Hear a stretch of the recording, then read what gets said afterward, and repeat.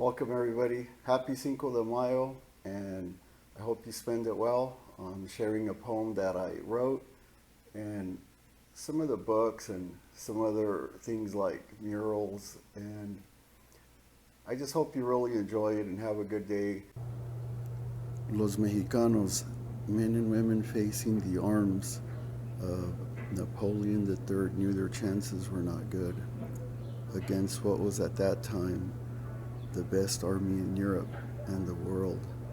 Yet their blood boiled when they remembered that in the same valley of Mexico, Cortés and his Spanish conquistadores came and destroyed the splendor and might of ancient Mexico, the Indians.